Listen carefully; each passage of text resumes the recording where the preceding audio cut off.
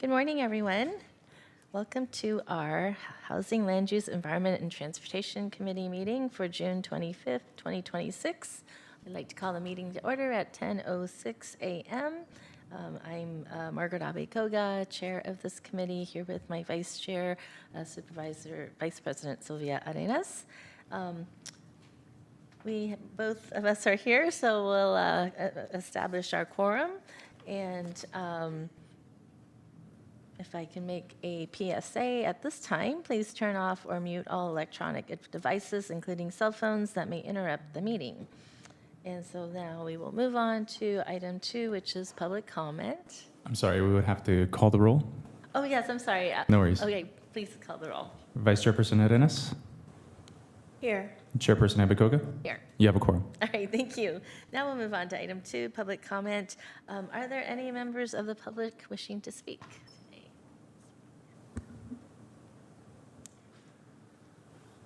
I do not have any requests to speak. Great, thank you. Then we will close that item and go to item 3, which is approval of the consent calendar and changes to the committee agenda. Supervisor Ness, do you have any changes to the agenda or comments you'd like to make? Yeah, so on item 9, I just wanted to comment. I was hoping to see updates on the sidewalks, especially, of course, for San Martin that, is very bare. And so I'm guessing it's probably has something to do with grants and funding opportunities, but I'm hoping that we can see something in the future. And then for item 11, this is the Fortini property site plan. Really happy that this site plan is coming into fruition and that it'll connect our parks in South San Jose between Santa Teresa County Park and Clara County Park, and eventually the Bay Area Ridge Trail. We talked about a little bit about that yesterday at the board meeting, and so after the board adoption, I'd love to see updates on the Fortini property site plan to come back to Hewlett at some point, and so we can understand the funding strategy as this moves forward. And with that, I'll make a motion to approve the consent calendar. Thank you. I will second the motion, and just then on item 11, this is something we'd like to agendize for regular agenda at some point. That would be great. I believe it's going to the board. Okay. Right. Okay. And so we can, at the board, we can figure out whether you want it to come back. Okay. Yeah. Okay, great. That would be wonderful. Great, thank you. I don't have any changes. I just did want to make a comment on item 12, which is Connect Bay Area Act. I wanted to thank the Roads Commission for their initiative in bringing this recommendation forward.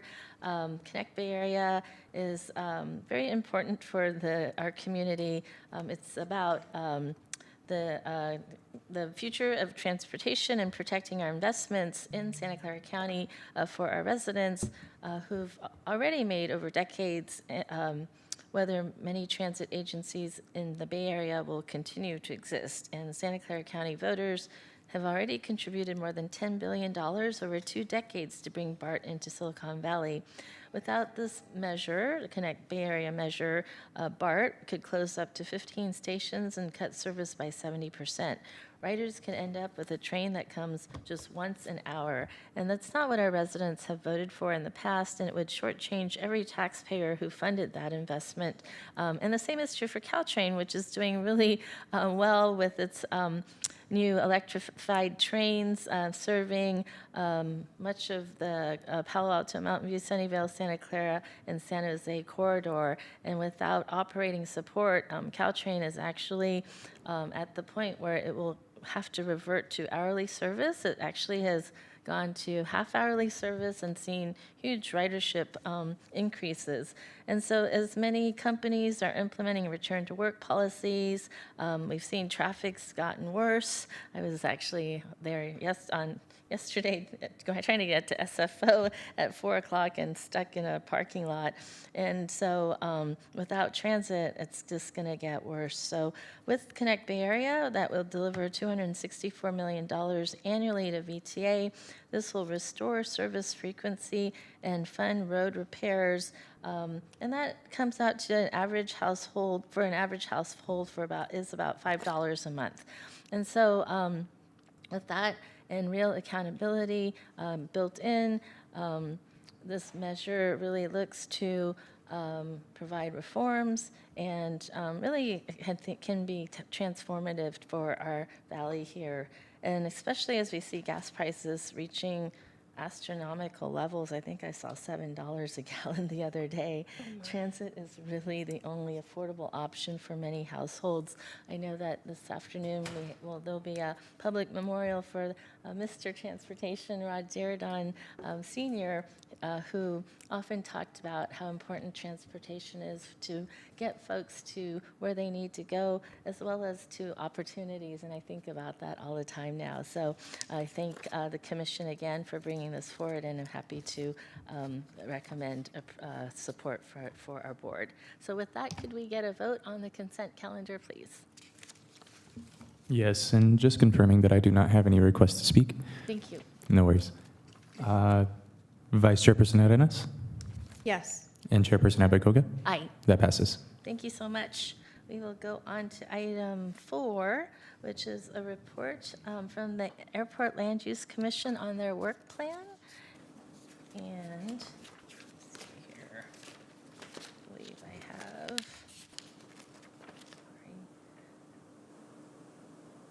Sorry. Oh, we have Chairperson Windus. Welcome.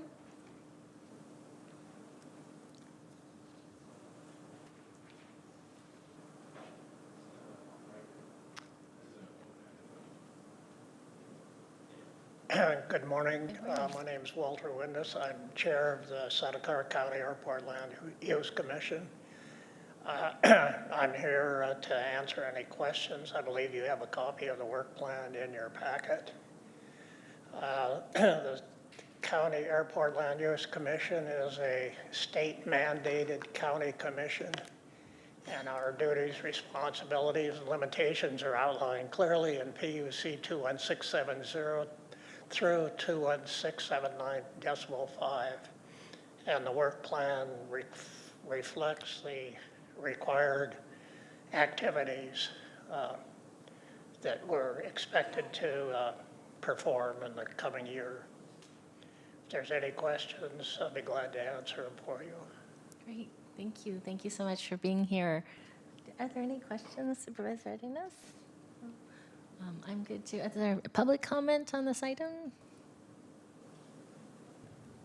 I do not have any requests to speak. Great, thank you. Well, thank you again for making the time to come. I think the work plan was very comprehensive, and so we don't have any questions, and we will take action now. Thank you very much. Appreciate it. Thank you. With that, may I get a motion to approve? Absolutely. Motion to accept report. Thank you. And I will second that. Can we get a roll call vote, please? And just for clarity, the motion does include to forward to the Board of Supervisors? I'm sorry? The motion does include to forward to the Board of Supervisors? Oh, and to forward it to the Board of Supervisors, yes. Thank you very much. Apologize. That's included in that. Vice Chairperson Arenas Yes. and Chairperson Abegoga. Aye. That passes. Thank you. We'll go on to item 5, which is to receive a report from the Office of the County Executive relating to wildfire detection sensor program implementation. And we have staff to present. Welcome.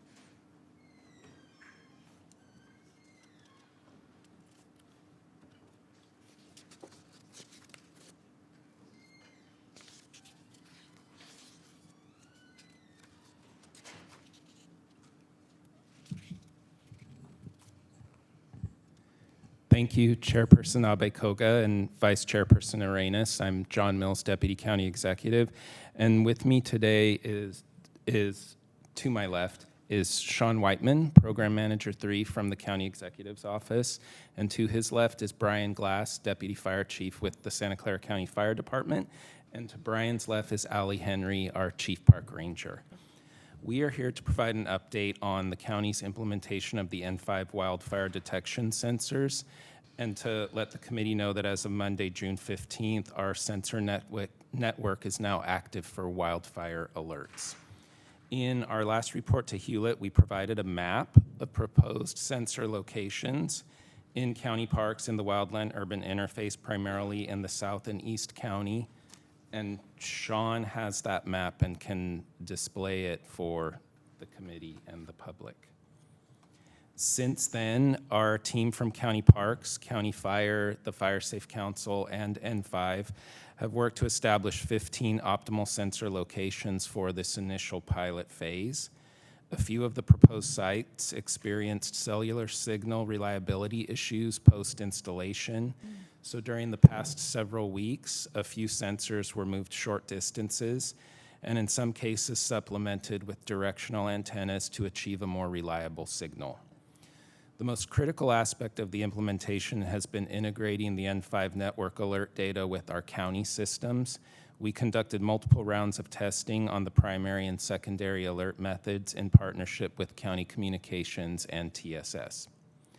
On the first day of activation, a smoke alert was triggered in Anderson Lake County Park. County Com initiated a smoke investigation as intended, and a park ranger responded. The ranger reported that county park staff were performing structure defensible space mowing maintenance work near the sensor at the time of the activation, and that a plastic bag accidentally ingested into the equipment had begun to melt, resulting in a stop work order to remove the bag. The alert provided a real-world opportunity to practice our response protocol in real time. During this initial pilot phase, we are looking to refine the response process, sensor calibration, and build a knowledge base and any lessons learned from our sensor deployment. And with that summary, we're happy to answer any questions that the committee may have. All right, thank you. Let's get a public comment. Are there any public commenters? I do not have any requests. Okay, thank you. Supervisor Arenas, do you have any questions or comments?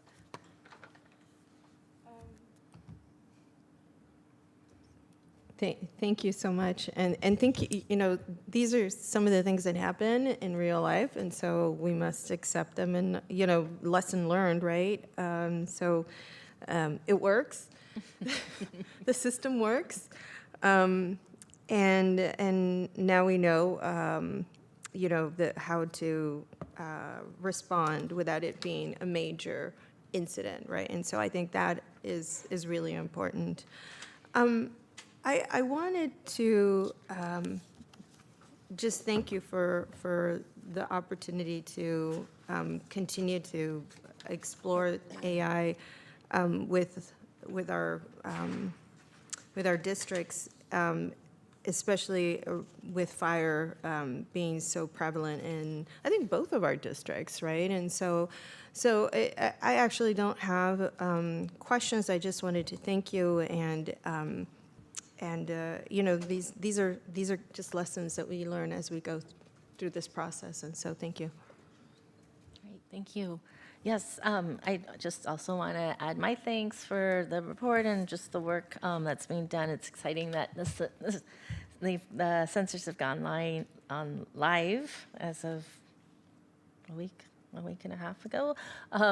And certainly from my district, I hear from a lot of residents who, because we have the hills in our district and communities there, and it's probably the number one topic I hear is fire safety right now from those communities. So I appreciate the work being done here and look forward to ways to expand the network further in the future. So with that, may I get a motion to approve the report? Absolutely. Before I do that, I'm glad you ended with the expansion potential, and I'm hoping that at some point we consider deployment in Mount Madonna County Park as well as Joseph Grant Park. Those are two parks that I think are very dry And I don't have to tell you, I think you already know this, but it would be great to figure those pieces out. I know that we have 15 total sensors at this point, right? I don't know what it would take to get additional sensors. Yes, Supervisor, that's correct. There are 15 sensors in our initial pilot phase. We plan over the course of this fire season, approximately through the end of the calendar year to sort of monitor those 15 sensors and, learn lessons from them, as well as to refine our response protocol and processes, and look to expand our sensor network to up to 30 in the next phase. So we'll definitely keep those locations that you referenced in mind for the next phase of expansion.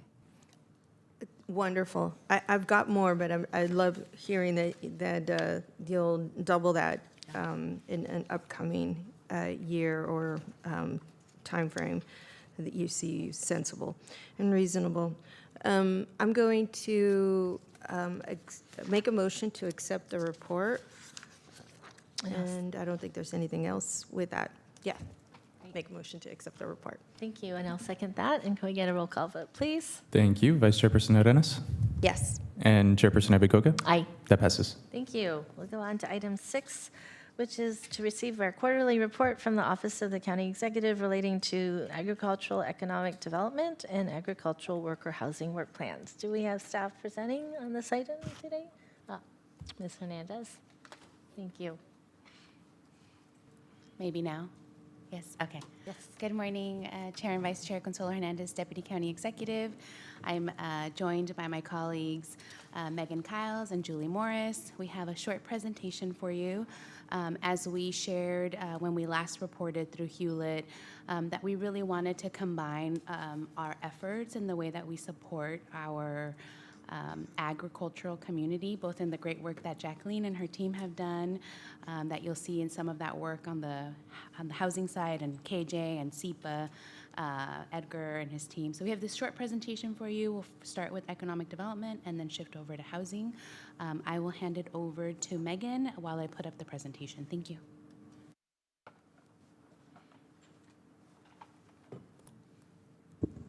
Okay, thank you very much. Let me get this adjusted. As Consuelo said, my name is Megan Kiles. I'm the Economic Development Manager based in the Office of Asset and Economic Development within the Office of the County Executive. For my presentation today, I will first provide an update on our revised 2026 Agricultural Economic Development Work Plan. Then I will provide an update on the progress of our Santa Clara Valley Branding and Awareness Campaign together with Julie Morris, our Agricultural Liaison. So next slide, please.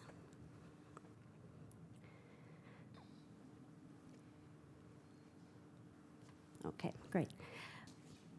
As you'll see that in your packet, we provided as attachment A an updated or revised work plan for 2026, responding to a request from the previous Hewlett meeting in March to be more specific on timing and expected completion dates for specific items. On this slide, we've just highlighted some of the main items that we expect to complete over the next 3 months. The 2026 work plan focuses on laying the groundwork for developing agricultural economic development programming, increasing awareness of agriculture in Santa Clara Valley, and finally on implementation coordination and stakeholder engagement. On the slide here, we've summarized the main items we expect to complete. Starting with coordination and stakeholder engagement, an important first step is documenting where we are, how far we've come since the plan was adopted in 2018, and where we're headed. To that end, in July, we'll be posting implementation progress on and achievements to date on our updated office page on the county website. By September, we aim to convene our partners and stakeholders at what we're tentatively calling the Santa Clara Valley Ag Exchange. You may recall we previously referred to this as the Agricultural Advisory Council, focusing on economic development, but due to the confusion and similarity with the Agricultural Advisory Committee that's established by the Department of Planning. We thought to avoid confusion, we would reframe it and rename it. At that meeting, at the Ag Exchange, we'll share updates on implementation progress, elicit feedback and guidance on next steps, and identify opportunities for enhanced collaboration across partners. With respect to economic development programming, 3 strategies are included that you'll see on the slide here. Easing regulatory navigation, agricultural business development support, and agritourism promotion. In July, we'll be posting existing business development and agritourism resources on the website. In August, we'll develop some draft concept notes for potential new programs. For example, for an agricultural project pre-development fund and for an agricultural business promotion program. With these programs, we would be looking to facilitate increased private sector investment in agricultural infrastructure and services that are essential for a thriving, resilient agricultural economy. We also would be seeking to increase access to an array of business development services that farmers and ranchers need, such as how to start a farm operation, how to sell to institutional buyers, and succession planning, just to name a few. We also will be exploring with our internal and external partners how we can build on and expand our existing Ombuds program, which the county began in partnership with the UC Cooperative Extension by creating Julie's position, the Ag Liaison position. The goal here would be to find ways to make regulatory processes easier to navigate, more predictable, and if possible, less costly. And then finally on this slide, to support the agritourism component of our economic development programming, you'll see on the slide that we hope to complete in September an expansion of the Santa Clara Valley Wine Trail route and to replace the existing wayfinding signage. We aim to bring that issue before the board later this year, perhaps in August. Finally, with respect to branding, education, and awareness, the Ag Plan very explicitly calls for a branding and awareness campaign that reclaims Santa Clara Valley as a place that's renowned for its rich agricultural tradition, continued innovation and bounty, and environmental stewardship. We recently finalized an agreement with UC Cooperative Extension to contribute $20,000 to the campaign, and a copy of that agreement is included in your packet. We have a few items related to that campaign on this slide, such as finalizing the style guide for the branding identity and also promoting the brand at upcoming events, but we'll go into that update about the campaign in a little bit more depth in the next slide.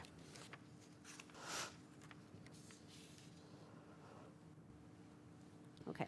Our Heart of Santa Clara Valley branding and awareness campaign has 2 overall goals. First, to increase visibility so that Santa Clara Valley is widely known for its agricultural tradition, innovation, and environmental stewardship. Second, to lay the foundation for building a strong constituency that values a thriving agricultural sector and appreciates the contributions of our farmers and ranchers and actively supports preserving agriculture. We envision achieving these goals through a number of strategies, including branding the place with signage, establishing a strong digital presence, participating at events, fostering personal connection through storytelling, and developing strategic partnerships. Our Ag Liaison, Julie Morris, has done an incredible job getting this effort moving, including recruiting a number of partners and sponsors, developing the visual brand identity with a local marketing firm, and launching the campaign website, which you see, this is a screenshot that you see here, which is the first thing you see if you go to santaclaraag.com or santaclaraag.org. Both work. You see here that the campaign makes the link between the Valley of Heart's Delight and Silicon Valley, positioning agriculture as our first startup, the pioneer of technological innovation in the valley. The site also has an interactive map that will help the public and visitors know how to engage more, where to visit, and where they can buy local. Next slide, please, and I'll hand over to Julie Morris.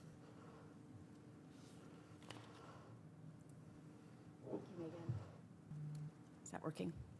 Thank you, Megan. Yeah, so I just wanted to speak a little bit about the origins of this campaign and some of the ideas we had behind the branding. As you can see, we've developed a look for the campaign. We went with earth-based colors to really bring people back to agriculture. The font is rustic. We specifically put valley in the logo so that people are reminded of the Santa Clara Valley. The campaign is filled with local photographs taken by myself, professional photographers, farmers, ranchers. We're not using any stock or AI photography on this campaign. It's authentic. The idea is to really celebrate agriculture. I look at it as sort of a love letter to agriculture in the Santa Clara Valley. The website will have stories. We're building it out as I speak. It's meant to be interactive and educational so that people who want to learn about agriculture and find opportunities to perhaps work in agriculture can use it as a resource. Yesterday, we heard from the Metropolitan Transportation Commission that they approved a $200,000 grant for this campaign, which brings our fundraising up to $400,000. So we're really excited about this, and we feel like it's a win-win, not just for the county, but for our food system, for our economic development, for our climate mitigation, and all the things that come with a healthy agricultural sector. So happy to answer any questions. Okay, thank you. Next slide, please. I'll finish my portion of the presentation just touching on World Cup and all the excitement that's brought to our area. I'm sure we're all aware of the many events that the cities are hosting across the county. We've been in touch with our city partners as they've developed their plans. Gilroy, for example, produced a sports fan map that lists all of the watch parties across the city throughout the entire World Cup. So there's just lots of opportunities there. The Bay Area Host Committee leads this effort and has been providing support to cities as they have developed their plans. I'll hand that back over to Consuelo. Thank you. Thanks, Megan. And I know Chair Abakoga and Vice Chair Arenas, I think you both have expressed prior interest in understanding what the county's role is in economic development. I think both Julie and Megan shared with you a little bit around our major industry being agriculture in the unincorporated parts of the county. But then we do work really closely with our city partners to basically amplify the work that they do because we don't want to necessarily be in competition with them. And so we have started meeting with Gilroy, Morgan Hill. We've also met with the city of San Jose. And next we'll be traveling up to meet with the other cities. But again, Megan and Glenn Williams, who's also on our team, retiring in July, they also participate in the coordination meetings that happen through Savita. They actually have their summer meeting this afternoon. And so we're very integrated into that. But again, our focus on the economic development side is tied to agriculture. As I mentioned last time, there was huge effort around agricultural worker housing. There was a work plan that was adopted by the board. You have been getting oral updates. My colleague Sylvia Gallegos and I have shared in providing those updates, but we thought it was important to just share with you those different categories of work and the great progress that the team has made over the past few years, and to share that in the next 3 months, we'll be primarily focused on wrapping up some of the county master plan updates. There was a call to look at, we have a number of master plans in process, and the request from the board at the time was, could we potentially develop some of that land for ag worker housing? And so we'll be wrapping up that analysis and bringing that forward. The second is, as we reported last, we are recipients of community there used to be called earmark funds for the creation of an agricultural resource center. It takes a really long time for the federal government to pass those funds along, but we are starting that planning process now and should have an early report for you all in terms of the timing. KJ can share with you that she and the team have received, and actually Jacqueline as well, have received several recent earmarking funds, and I don't think we've received the money, but we have a grant in hand, and it took about 2 years. So we're being very mindful of the implementation timeline based on the grant expectation. So with that, happy to answer any questions. Great. Thank you so much for the presentation. Do we have any public comment on this item? I do not have any requests. Okay, thank you. I'll close public comment.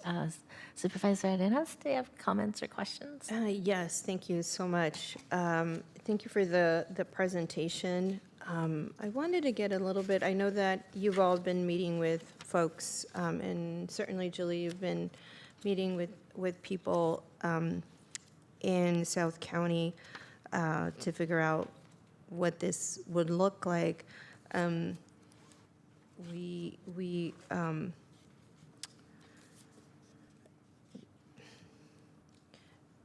My office also contributed to, let me just start with, we contributed through the inventory budget to the wineries of Santa Clara Valley for trail signage and to expand agritourism. So I would love for us to continue to coordinate with my office and figure those pieces out. We also provided another grant to the South County Farms Association for agriculture education programs, obviously to expand rural economic development there. I would love a partnership on this in a way that allows for us to truly reflect what not just South County is, but the whole valley is. I believe you have there's some farms up in, I've been to some of the farms in your district as well. And of course, there's wineries and, just a lot of beautiful rolling hills out there as well. And so I think there's benefit to having a little bit of everybody included in this. East Hills also has, Grand View Restaurant. Obviously, it is not an agricultural restaurant, but it is very much sourced with a lot of local foods. I just think that there is an opportunity for us to expand a little bit more than just what the agricultural plan tells us to do. And so that we can continue to connect people to the land and to the landscape, not necessarily all just for agrotourism. Obviously, economic development is more expansive than that, right? It goes beyond just agriculture. And so I think that we also need to look at just some of the gems that we have in our county and figure out how do we speak to that, as well as to the agrotourism that I am very much focused on. And so I think there, as I've gotten to know and some of the folks who have come in more recently into the agritourism or agricultural industry, these folks are folks who are professionals in different fields who are now living out their passion career, right? And some of them actually have they still have tech jobs, or they made their money in tech or some kind of another industry, and now are investing those funds, those personal funds, into passion projects. And I'd love to see that also come through in the branding and in the website, so that we are not only just taking people back to the Valley of Heart's Delight, although there's a lot of folks who, much like my children, although they're not going to be purchasing anything anytime soon, but they are our next generation. And I want to make sure that they are connected to what the history has been, and who the farmers traditionally have been and who they are now, right? Or the integration of some of those folks now. And so I'd love to see us involved in a conversation about what that looks like, and if we could expand the messaging so that we can not only just talk about the agriculture, but we could also figure out how to encourage folks to tap into some of the gems in our county. Thus, the economic development piece of it, right? And so I like the website. I didn't get on there, but I saw the pictures of it, and I'm just wondering how did you capture any of the feedback from some of the folks in the agricultural industry? Thank you, Vice Chair Dennis, for the question. We can absolutely work with your office and walk you through the thought process. Some of the research that was conducted is when you look at other areas, agriculture and agricultural tourism is so connected to, for instance, our open space. And connected to here locally in Morgan Hill, for instance, they have an entire branding around the experience of food and restaurants and how is all that connected. And so I think the website has an opportunity for you to build your day in South County or build your day in the wineries. Nice. And so Julie hosted a number of listening sessions with folks, and then we collaborated together to have a presentation with a number of stakeholders, both people who own wineries, people who are farmers, the Equian folks. We brought everybody, the cities, we brought them together, and they've provided some feedback.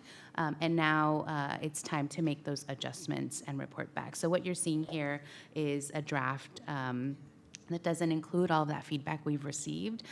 If you can imagine, we got quite a bit. And so we're just working through that. And we're happy to, again, brief each of you and walk you through the website as we work to refine it. Perfect. I excuse me, I appreciate that. I would love for us to motivate our public to visit a lot of the gems that we have. And they can go beyond the small farms and wineries. I know this is focused on agritourism, but I think that we can be a little more expansive here and include, like I said, our chair has open space and farms and small farms out in your area. They may not be making the same, generating the same revenue as South County, but they certainly, or maybe they do with some of those concerts that are happening up there. Who knows? I haven't been there for a minute. The last time I went, I think I saw Linda Ronstadt. Oh, wow. Yeah, so it's been a while. So anyways, and why? And why has it been a while, right? And it's because I think we also need to speak to the people who are local who might have forgotten, just like myself. We forget what we have in our backyards, right? And the opportunity to actually, like you said, build a day out, and that we don't have to go really far. And so I think that also includes local hotels and eateries, and especially those that are sourced by some of our farms, but certainly not limited to them. I just think that this is a great start, and I look forward to seeing how it grows and develops. Okay, I'd want to figure out what is that project timeline for the website and for the educational programs. What does that look like? I'll ask Megan to chime in on the county's website, where we have been working. We had an internal meeting that included our planning department, SEPA, environmental health, our food systems. Basically, like, we as a county have a number of regulatory compliance requirements for folks, and the information is accessible through the individual websites, but the goal is to have it live in one location that's linking to that. So Megan, maybe you can talk about the timeline of when we think that will be up. And remind me, what's the website again? Are you referring to our county website? The ag website? Is it Santa Clara Valley Ag? Oh, are you referring to the campaign website? SantaClaraAg.org or SantaClaraAg.com. They both will get you there. And Supervisor, the Santa Clara Valley campaign website, that is directly connected to the ag plan. So, and the implementation of the ag plan, which tries to bridge the experience of open space, agricultural tourism, and education. Separately from that, the county's website for asset and economic development, if you go onto that website today, it's a one-sentence website. And so Megan has been working with the different departments, as I mentioned, to build out a kind of one-stop shop of information for folks, including a report out on the progress we've made for the ag plan. So that website timeline is a little different. The SantaClaraAg.com, that's live today. I appreciate that. Okay, I'm going to move on, and we can take this conversation offline. I'm going to move on to the agricultural worker housing and the updates that you shared. I appreciate the updates. I wanted to understand a little bit more about what you last said in terms of the Joe Cerna grant, and knowing that it's going to take about 2 years, I think, for us to receive the funding. Is that what, did you mean that's kind of the timeline that for implementation? What does that look like? Thank you, Vice Chair Dennis, for the question. So this is, if you recall, through the leadership of your office, we submitted a request for, it's a community project fund, which I still just call it earmark funds through the federal government. And they come in as grants, but the federal government has been particularly slow in issuing the grants. We had a webinar 2 weeks ago where they described the process. And just from experience in the last 2 rounds of earmarking funds, it has taken the federal government just a really long time to get those dollars, and the dollars are structured as reimbursable grants, so you can't spend the funds before. And so part of the work that we're doing is, the grant that we have applied for was for the acquisition of a property, which $800,000 is not enough to buy something. And so what we're looking at is what would it take if we leased something. We do have some county-owned properties that could potentially be repurposed. And so if we positioned the timeline, appropriately with some of the other lease consolidation that we're doing in South County, that we could leverage that grant for the TIs and do it in a way where as soon as the grant money comes in, then it wouldn't slow us down, basically. So we're working through that timeline, and again, making a significant amount of assumptions based on our current experience with those CPF funds.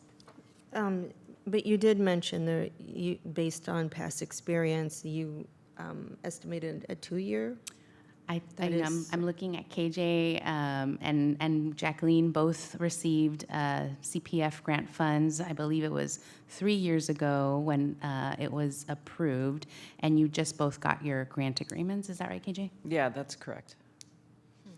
Okay, so all right. We can take this conversation offline. This has been very slow process to watch as we continue to have agricultural workers working in very challenging and I would say none of us experience these kinds of labor conditions or housing conditions. And so there needs to be a timeline that is more aggressive than this. These are our most susceptible of our folks who are hanging on by a thread, who not only are living in unbearable conditions, but they're also having to deal with the stress of this immigration roundup that the federal government is creating for this nation. And so this is now my 4th year We proposed this, I think, in our first year, right, Sylvia? And so we've done some really great work. We've got some legislation over the finish line. I will challenge you on this 2-year implementation. I cannot, there's no way that I'm going to wait for 2 additional years before there is a project or something that is more concrete. You know, I'm going back to some of the messaging that Joe Simidian, former supervisor Joe Simidian, when we first heard this item, said he didn't want to hear this presentation at this committee because there wasn't going to be anything new. And I really don't want to tap into Joe's frustration, but I am getting to that point where it is very disappointing to see that we are progressing, yet we haven't made any real progress for those ag workers. Period. There hasn't been. So we will need to have a conversation, and I'll take this offline, on what this actually looks like. How can we achieve some level of success and deliver something for this community?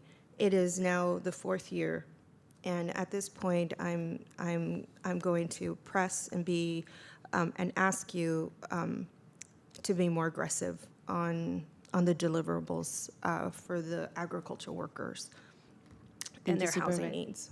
Thank you, Supervisor. And to clarify, what will come before you, and one of the reasons we highlighted this report in this way is to show you, the portion of this work plan is new to me. And these are the 2 areas that I show that we haven't made a tremendous amount of progress in. And so what you will see in the next 3 months is an interim solution and the long-term plan. Supervisor Dennis, a few months ago, you and I checked in about when we think about a resource center, what does that look like? And can we create that space in an existing facility that we have while we are looking for a permanent solution? We are, like I said, through the Facilities and Fleet team, doing a consolidation of our leases in South County.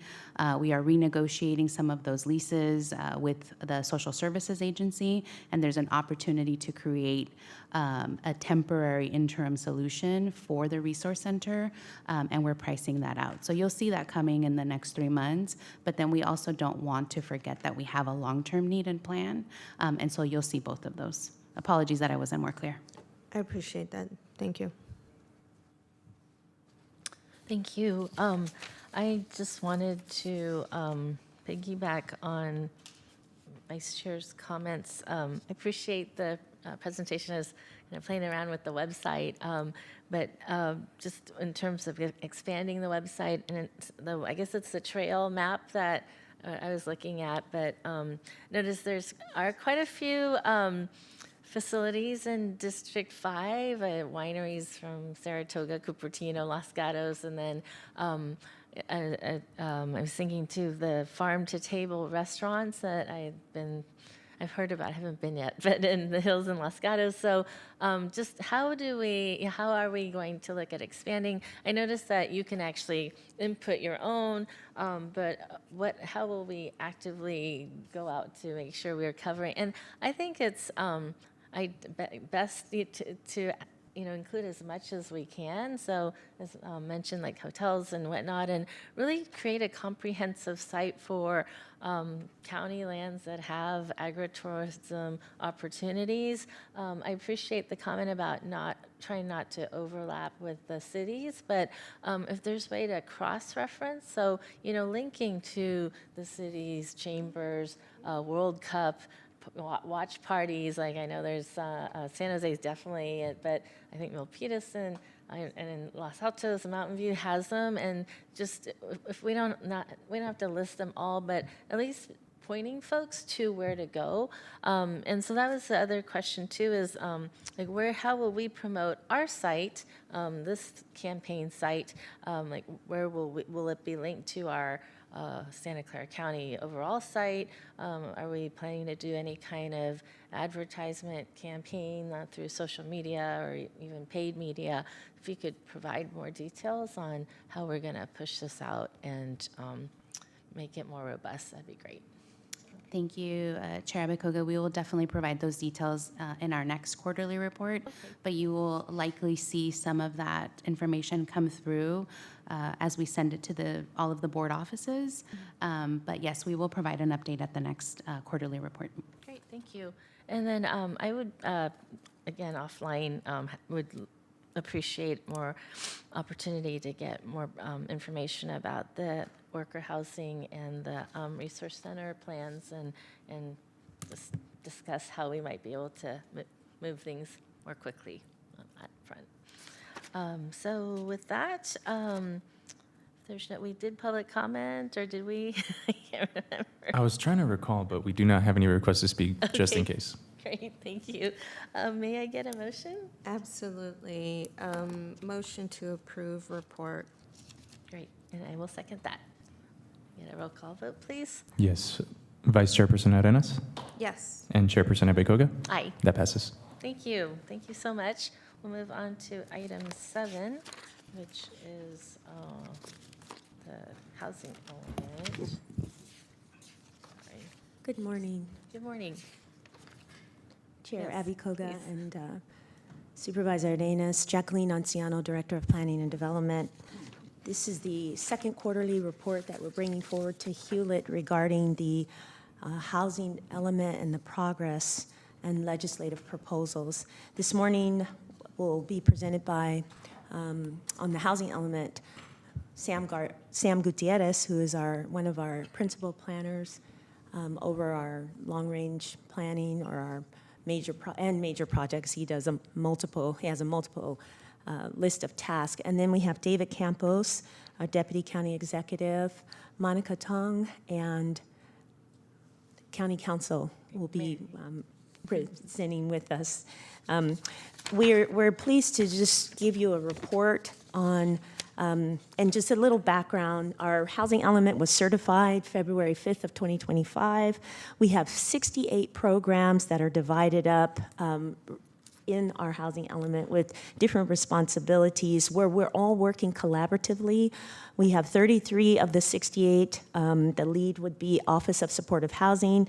Many of these programs, Office of Supportive Housing repeatedly is progressing on. We have 30 programs and activities that are assigned to the Department of Planning and Development, 3 to the Office of the County Executive, and 2 to Behavioral Health Services. At this point, I will turn the presentation over to Sam Gutierrez, who will walk us through some of our Builder's Remedy projects that have come in since the since the certification of our housing element. We have 30 that we are processing, 1 that has been approved, and that's the McKee project, that's 10 units. And we have 29 applications that we are currently processing through. And so at this point, I will turn the presentation to Sam Gutierrez. Sam? Thank you, Director Anciano. Chair, Vice Chair, good morning. Here on this slide, I wanted to highlight some key efforts in implementation of the housing element program prior to getting into some of the Builders Remedy projects. The key programs that we're focusing on at this moment are streamlining ADU processing, updating ordinances to allow with state housing laws, developing objective standards for multifamily housing, and conducting a housing element mid-cycle review. We do intend on starting that rather early. And collaborating with the counties, on the county's pro-housing designation application submission. And speaking a bit more to the ordinances updates, these include updates to the codes related to ADUs, SB 9, SB 648, and 1123 that are also in progress, and we anticipate public hearings to take place later this summer. These ordinances updates intend to maintain compliance with state housing laws related to the pro-housing designation application. Submitting for and obtaining such a designation from the California Department of Housing and Community Development provides competitiveness for state housing and infrastructure funding opportunities to the county. Moving on to the adjustment that we are going to submit related to our annual progress report. You might have recalled a few months ago, we reported back on our annual progress report, also known as the APR, which is required to be submitted every year by jurisdictions to HCD. The County Department of Planning and Development is intending to submit a voluntary revision to that APR, where we would adjust our number count for the development of accessory dwelling units to utilize a methodology based on ABAG's studies that they conducted, which resulted in a 30-30-30-10 to better reflect the income distributions which ADUs are actually marketed towards for different housing income groups. And this table here, which is also included in the packet, shows that difference. So previously, we had 121 housing units that had received building permit issuance, and none of those counted towards the other income groups towards our RENA. However, with the revision that we intend on submitting, this would, as you can see on the right column, it changes it, and we have a greater distribution. And that, of course, that comes from the ADU methodology that I just referenced. To expand on that, the most current numbers here towards our RENA allocation credits is indicated here in this table.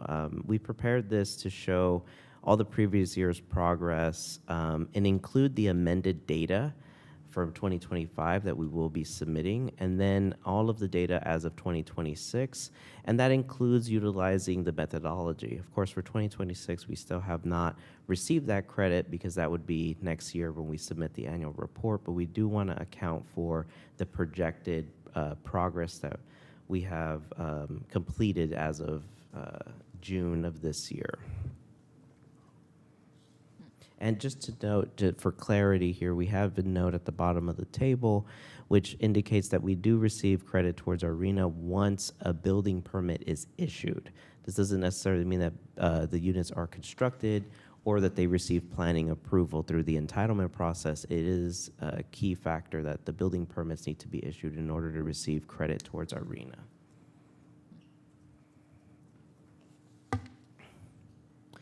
And moving on to the builder's remedy that Director Anzano mentioned earlier, we do have a number of builder's remedy projects within our jurisdiction.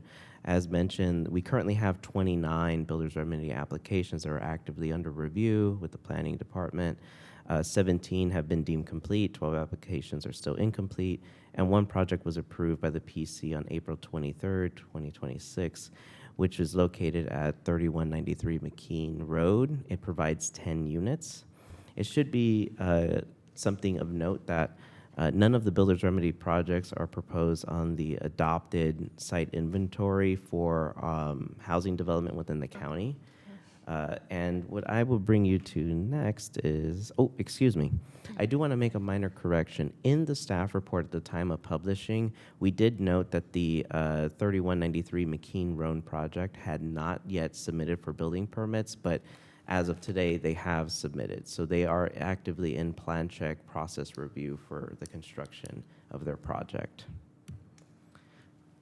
Moving here to the next slide, we did want to provide Hewlett with this series of maps that are included in the packet, starting on packet page 61. It's attachment B of the packet. Here you could see the overall location of all of the builder's remedy projects distributed amongst the entire county.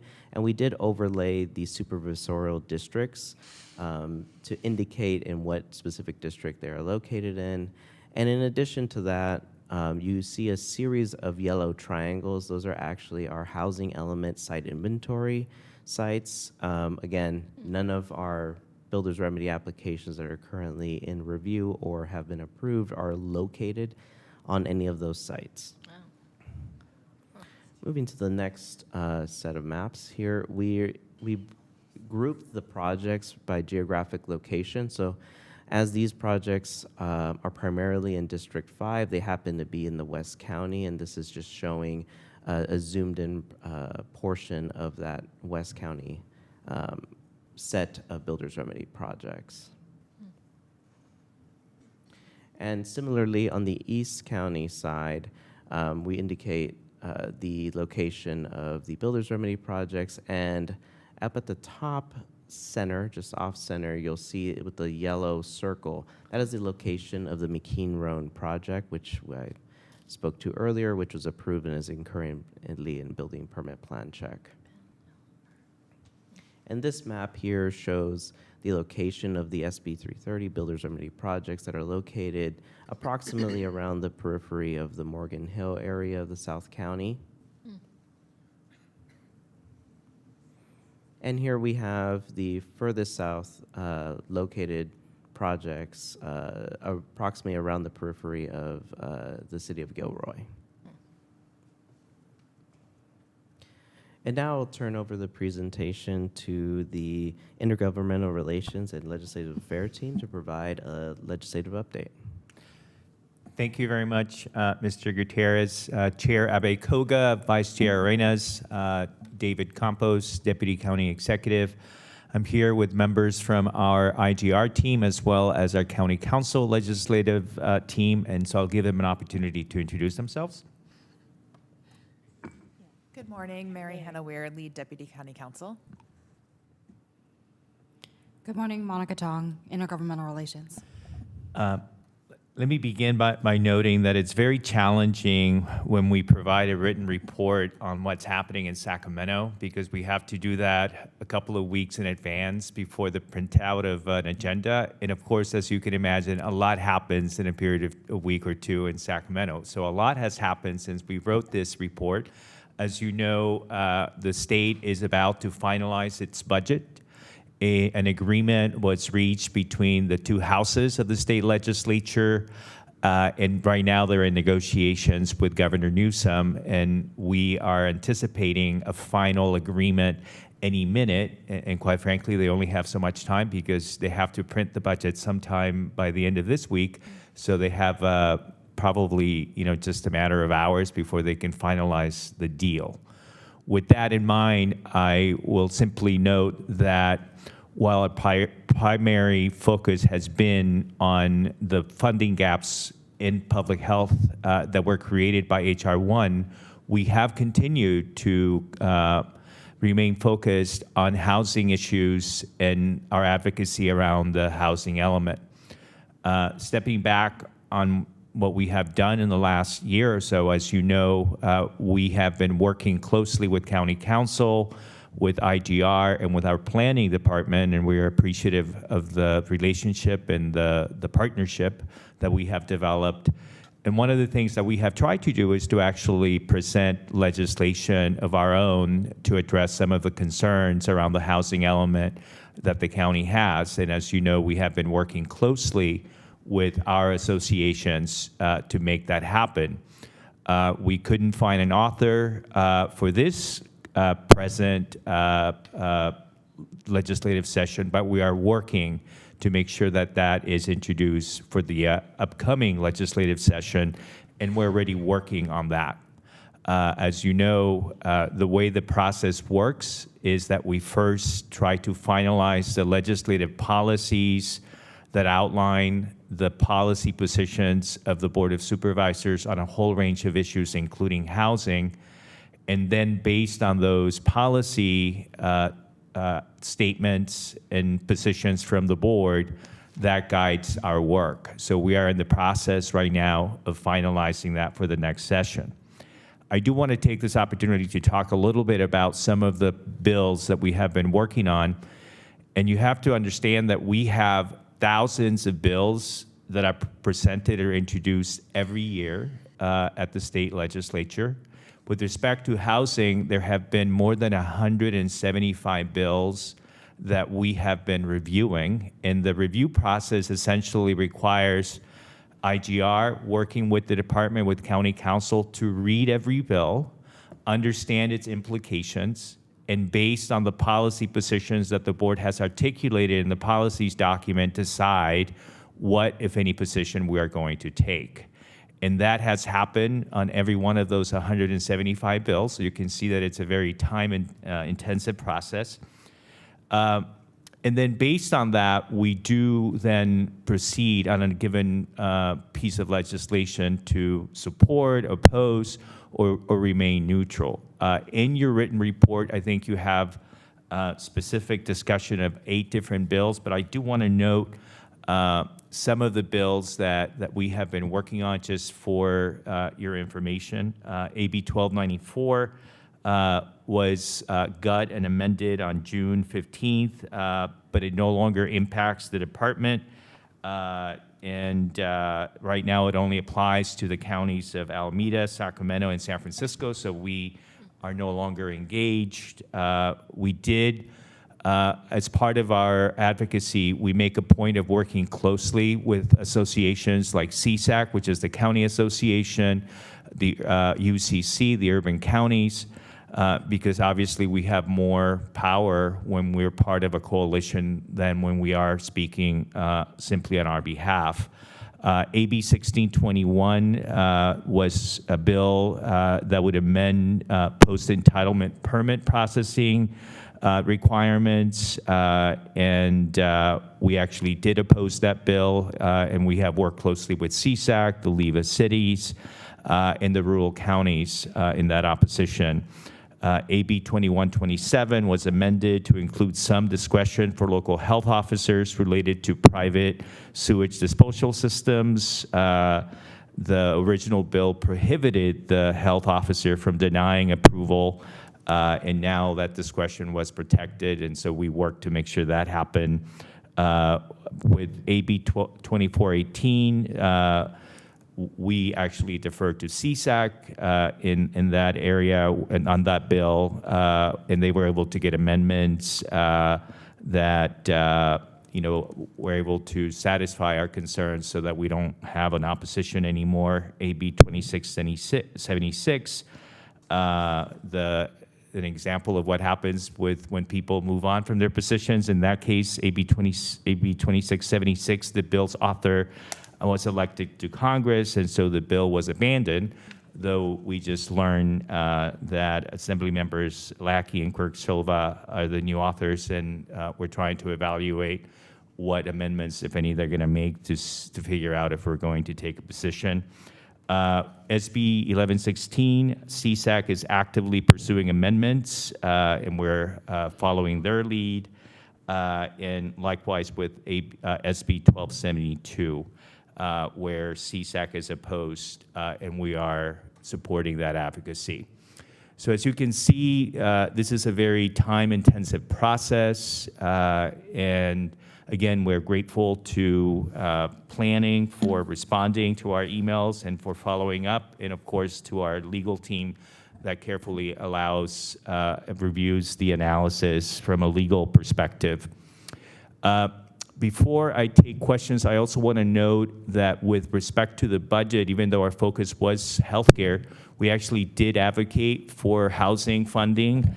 And one of the areas where our advocacy focus was the homeless housing assistance and prevention funds. The HAP money, and as you may remember, the governor included only $500 million in its original proposed budget, and we pushed for more with other players. And right now, that amount is $900 million, what has been tentatively agreed upon. So it's not the billion that we wanted, but it's still $400 million more. And so where we can, we try to advocate on behalf of this critical issue of housing. We can't really do all the things we want to do unless those funds are available. So with that, I'm happy to take any questions. And again, grateful to the IGR team, to the county council team, the planning department team, for helping us stay on top of all of these pieces of legislation and to make sure that, we have a seat at the table when these decisions are being made. Thank you very much. Thank you. Does that conclude the whole entire presentation? Great. Yes. Let's go to public comment, if there are any. I do not have any requests. Okay, great. We'll bring it back to committee. Vice Chair, do you have any comments or questions? I do. This is a lot of work, a lot of really wonderful work. I'm wondering about, I know that ABAG updated their methodology for counting ADUs, and I'm trying to figure out what is the influence of what is the strategy going to be to encourage more ADU production in our system?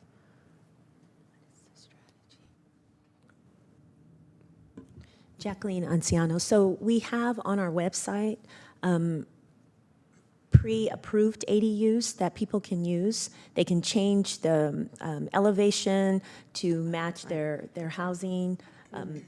So we have that available. We have 3 different plans. And we have an administrative process where they submit their building permits through our building department or development services department. So that's part of the strategy to assist people in quickly acquiring ADUs. I love it. I wonder if there's any additional things that we could do to promote them, to let folks know how easy it is to build an ADU. And I don't know exactly what that looks like. I know that when I was in council for San Jose, one of the things that actually, and we're doing this, but slightly different for the ag worker, is to have a liaison, right, that could help. Yeah, like a concierge. Thank you. That's a lot better. I love a concierge who can tell you exactly where to go, how to do this, and get you through the process. And so, I know there's still, we have a lot of land. The unincorporated areas that are in this county have a lot of land, and so they have a lot of potential in terms of ADU growth, right? And so I don't know if maybe there's a campaign that or at least a mailer that we can send out. Did you know, right? Or have you thought about? Are your children living with you and they're beyond 30? I don't know. Whatever speaks to the public, but just so that folks understand how convenient it will be to actually do the ADUs. And the other piece, of course, is very self-serving, is just so that we can get that count for our RENA goals. And we just encourage the production, of course, and the inventory of housing. That's all. If I may, we are looking at letting people know who have ADUs that are not legal, that there is now a bill that allows the legalization of those ADUs. And so we are preparing information to go out to those residents. And we are planning on sending that information out at the last quarter of this, not fiscal year, calendar year. So we just want people to know that there is a program, because a lot of people don't know, they don't have that knowledge. So we are working towards educating the public as what's available. And then to expand on the director's comments, Sylvia Gallegos, Deputy County Executive, we will take that input and we'll work with our Communication and Public Affairs Office to see if we can take advantage of all of our channels, including those of the supervisors, to push out that messaging. Yeah. I kid around, but it was true in terms of the growth of ADUs at my time at the council, where there was a lot of parents who were taking in their elderly parents or their kids. And so it just makes sense for a lot of families who continue to think about staying in this valley and not losing their home, the house that they grew up in. but they need that additional generation of revenue, and potentially the children that are living in there maybe in a separate building. So I think we have a message that could resonate with folks. Anyways, I'll move on from that piece. Okay, so how, move on to the builder's remedy. We have 20 active, I already knew, of course. We had a tremendous amount of builder's remedies, projects in the south part of the county. And I thought it was even higher than 20. 12 of those applications are complete, right? And the only one that has really moved across the finish line and has, I think as you said, has pulled permits is the 3193 McKee Road. That is not Correct. in my district, right? Correct, But I'm through the chair. guessing probably because they had access to water, access to sewage in a way that maybe our other sites didn't. I guess I'm trying to glean from that. What made that one just kind of jump to the front of the line and be so ready? And I'm thinking probably proximity to those services or those resources, if nothing else, because I looked at the developer or the folks who were doing this, and it was kind of an unknown. So it was like, wow. You would imagine maybe some of those other folks who are a little more, who wet their whistle in this industry would be kind of first. Not to say that we prefer them, but because of their experience, they would know how to get through it. If I may, through the chair, it was certainly location and services that were available to that development. And so, yes, we have a total of 30 that are going through. Well, we minus the one because it was approved, so approximately 29 is left. But yeah, it was definitely the location of that site and the services that are available. The other sites are just under review.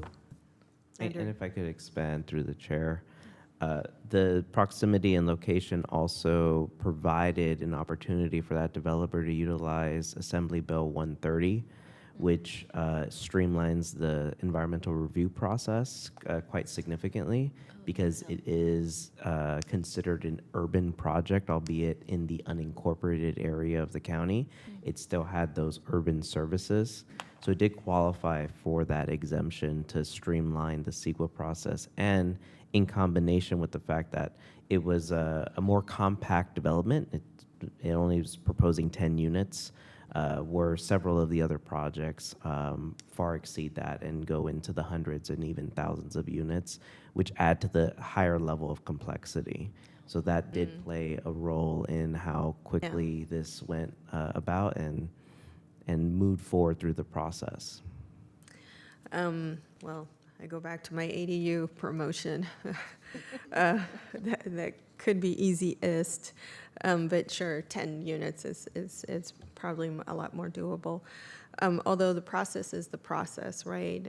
So anything that we can glean from this in terms of, I'm sure that you are all doing this internally, what you're learning from this first one that's getting ahead of others so that we can figure out how to deal with the remainder of the 20 on the list, or the 29 on the list, excuse me. I'm wondering about the 12 in my district. When do we expect that those will move through, or how do you approximate? I know you can't say for each one of them, well, this one will move quicker than the other. I know it's dependent on what those folks on the other end, how they respond, how quickly they submit any, right? So I understand that, but if we could have maybe an expected timeline or remaining requirements that they have. Yeah, we can't disclose that right now. They're under review and we're processing them. Each application is individually reviewed, and so that's the best I can tell you right now, Supervisor. I understand. Just trying to get an idea of what that would look like. I'm happy to have our district contribute to arena goals as much as anybody else does. But with 20 projects in my district, that will create an impact, right? I mean, transportation already, the commute into South County is already, like, if you go after 2 o'clock in the afternoon, it'll take you an hour to get to Gilroy, even maybe a little bit more if it's at the very edge of Gilroy. So I'm just trying to brace for it, and then share with our community as much as we can. But I understand all of these applications have to be processed individually, like you said, and I'll go ahead and hold my breath until I hear a little bit more about that. Let's see, the other pieces, I'm going to go move off of this topic and go back to the agriculture employee housing. How do we plan on rolling out the expanded streamlining of the agriculture worker housing? Anything that needs to be done between now and next year? Do we have that process pretty much set in terms of when an actual application comes in? So Supervisor, There is one application, right? Yes, there One. is. There is one. the 3035 application. You'll recall through the discussion this committee has had with respect to the permit transformation process, all of those, both with respect to land use entitlement and also building permits, will also contribute to making the process more efficient and more transparent for this application. So this is why we spent a considerable amount of energy in the department and our partner permitting agencies working very diligently on that process. And you're going to see the update in August, where we'll give you the next update, where we will show you what we've accomplished to date and what we plan to do in the next few months. Awesome. That was actually going to be my next question. When would that update happen? In August. Did you want to add anything, Jack? Oh, okay. Those are the questions for me at this point. And I think, David, you said that legislation for the allocations and credits is still kind of in the air. We haven't found somebody to carry that. And could you share a little bit more, if there is anything more to share Sure. about maybe the struggle with that? So I think, as you may remember, we had approached a number of legislators and eventually started working with the urban counties of California. And the significance of that is that you have this entity that represents, more than a dozen of these counties that have similar concerns and similar issues, right? So when we're shopping this legislation, it's not just as Santa Clara County, but as the urban counties. And so they were in This is conversation. through CSAC? So it's an extension of CSAC, but it's a separate entity that actually has the urban counties. So that would be counties like Santa Clara, San Francisco, San Mateo, Alameda, LA, San Diego. So those are the entities, counties that we're talking about, right? And they tend to be, by the way, some of the larger counties where maybe 70–80% of the population of the state lives.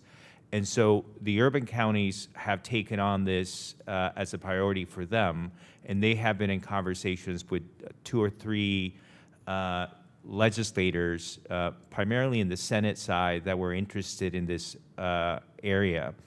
They decided, though, that they didn't want to do something in this current legislative session, but instead wanted to, look to the next legislative session. And so that's where we are right now.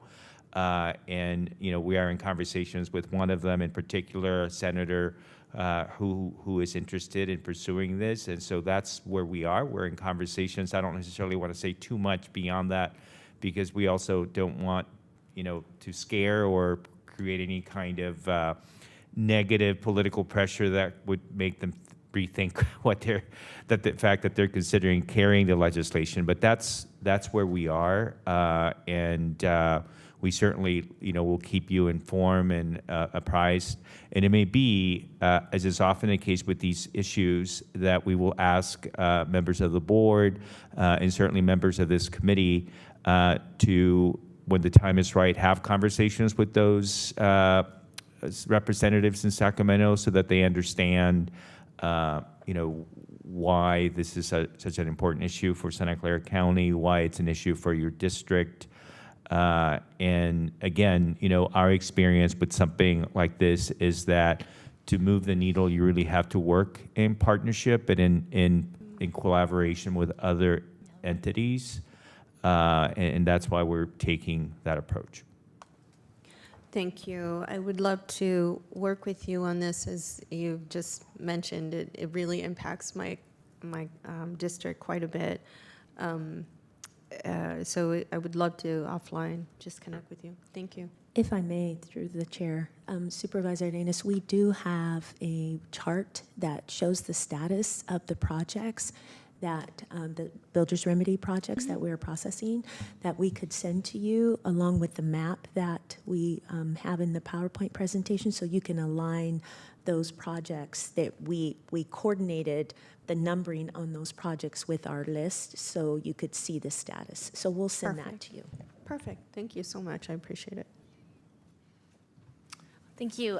Thank you for the presentation and update. I guess I have questions tied to commentary first. So I appreciate the work that our staff is doing.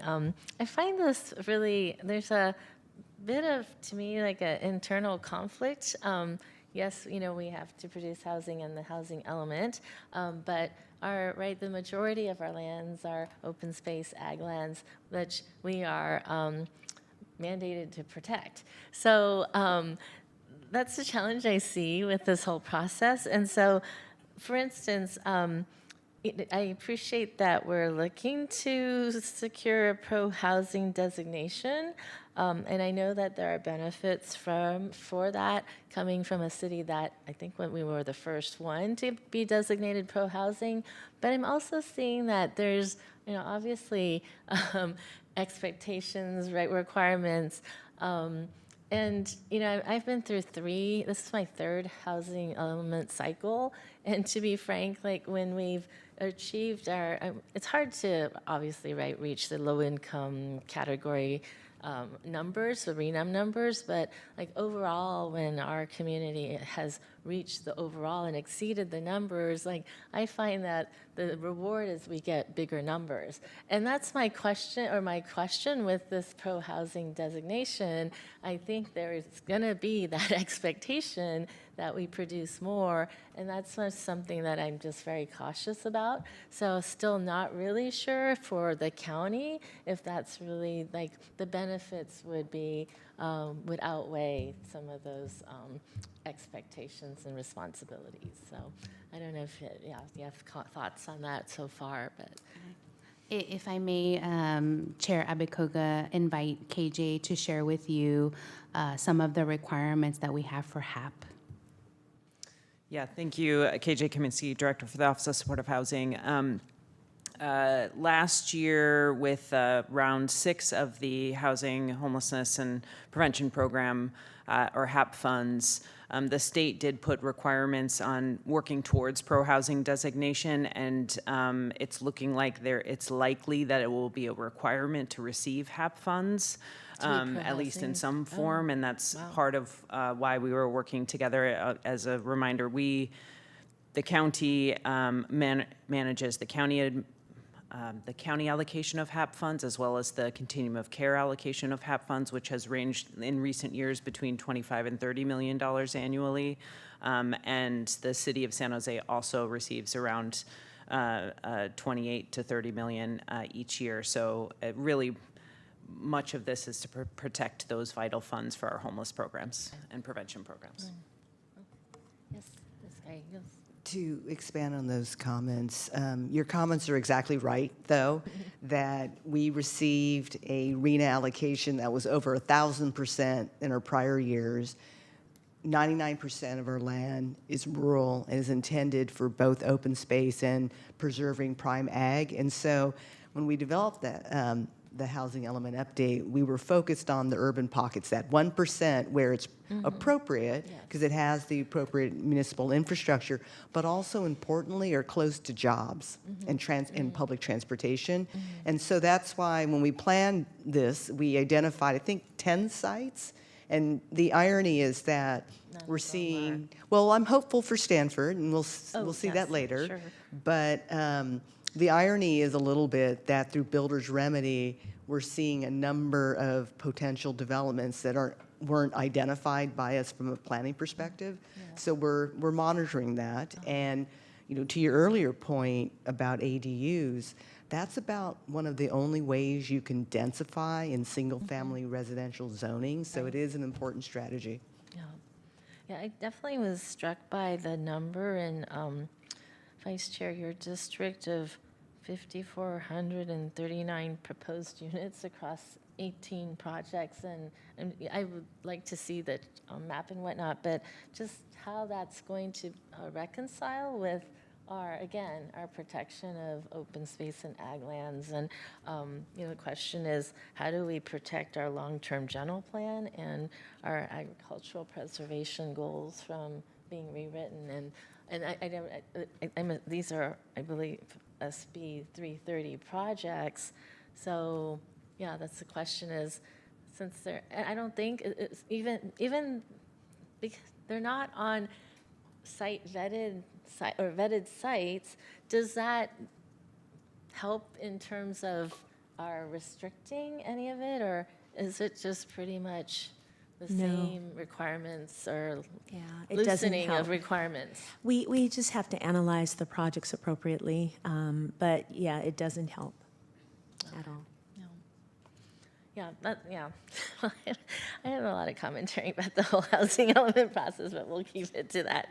And then just in terms of the bills, like AB 1621, the limiting our ability to do extensive plan checking, like how are we preparing for those types of changes in terms of our staff and adjusting our staffing?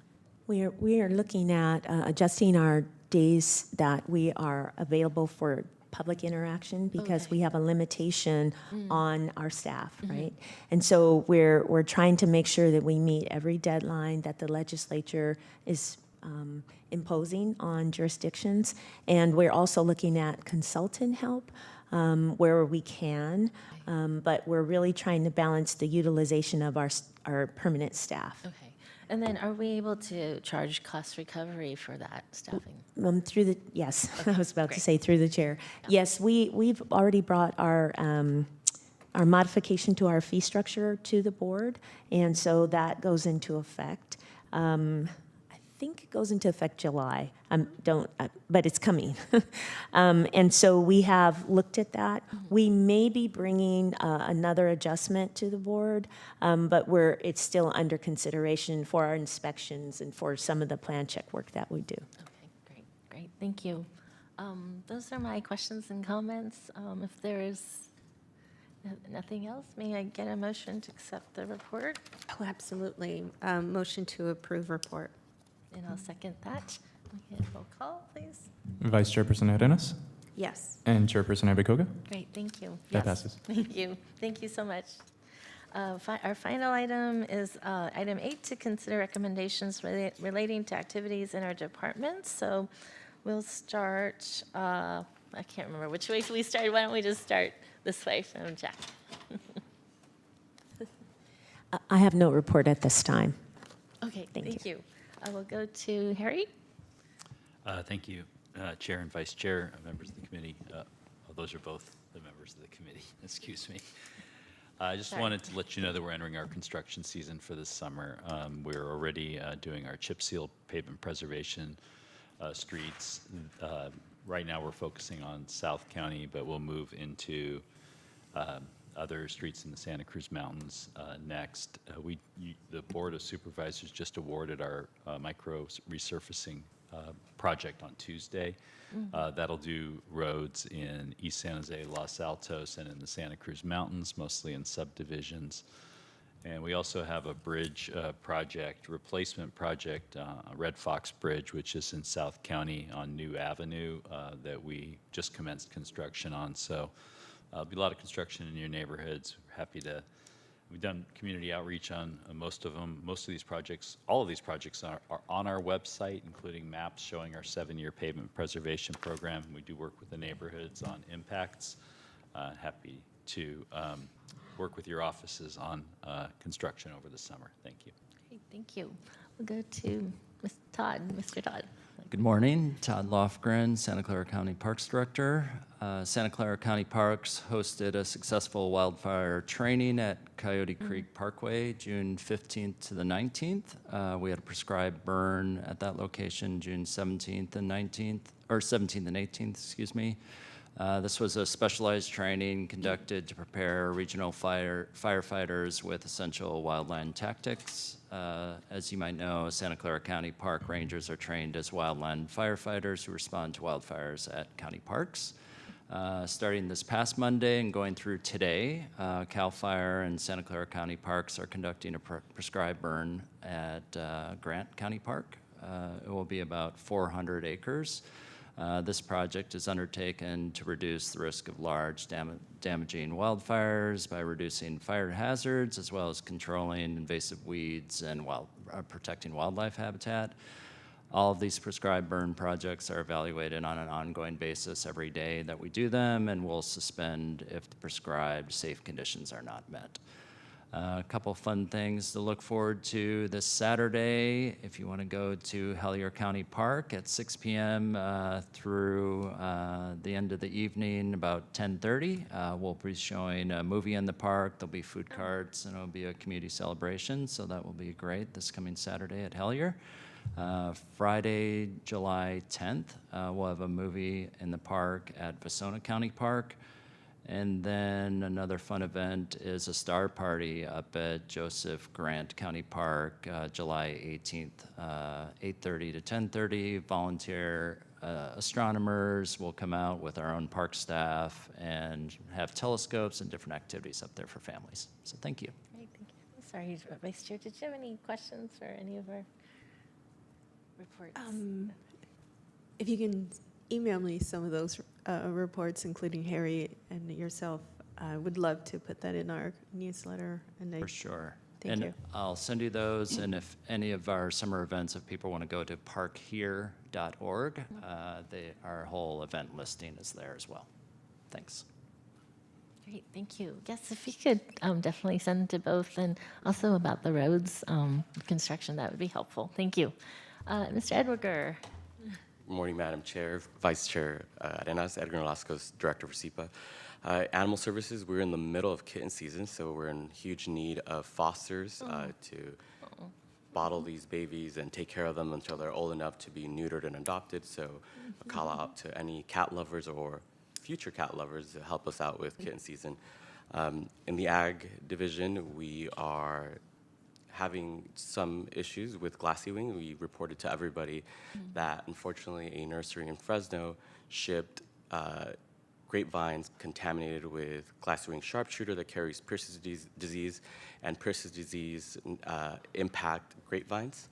So we're working with Costco to ensure that all our residents in our county, it's been all over the news, it got shipped to all northern counties. Here locally, we received about 1,000 plants, and we're working with Costco to ensure that all our residents know that how to dispose of those plants because they could carry Pierce's disease. We haven't found Pierce's disease yet, but we are finding that some plants do have the glassy wing sharpshooter. So we're working closely with CDFA and our local residents to ensure, and our local ag partners to ensure everybody knows and understands what is the impact of glassy wing sharpshooter in our community. Thank you. Thank you. And KJ. KJ Kaminsky, Director for the Office of Supportive Housing. We successfully had many events over Affordable Housing Month and are currently planning a few upcoming events, including Ira D. Hall grand opening, groundbreakings for Santa Clara Family Home Key Project, East Santa Clara Senior, and Gateway will be upcoming, and we'll share those event dates as soon as they're solidified. We're also on track with our community plan to end homelessness process. We published the draft plan, completed the community engagement, received quite a bit of feedback, and have incorporated that and are in the process of finalizing that document. We anticipate the Continuum of Care Board will approve, we'll take it to the Continuum of Care Board for approval in August and to the board for endorsement in early fall. Great, thank you. Any questions, Vice Chair? No, thank you. Thank you. Thank you. Do we have any public comment on these reports? We do not have any requests. Okay, great. Well, with that then, I believe we move on to our next item, which is adjournment. And the next special meeting, we will have a special meeting Tuesday, this coming Tuesday, June 30th, 2026 at 1 p.m. here in the Board of Supervisors chambers at 70 West Heading Street in San Jose. Thank you very much, everyone. Have a wonderful afternoon and weekend.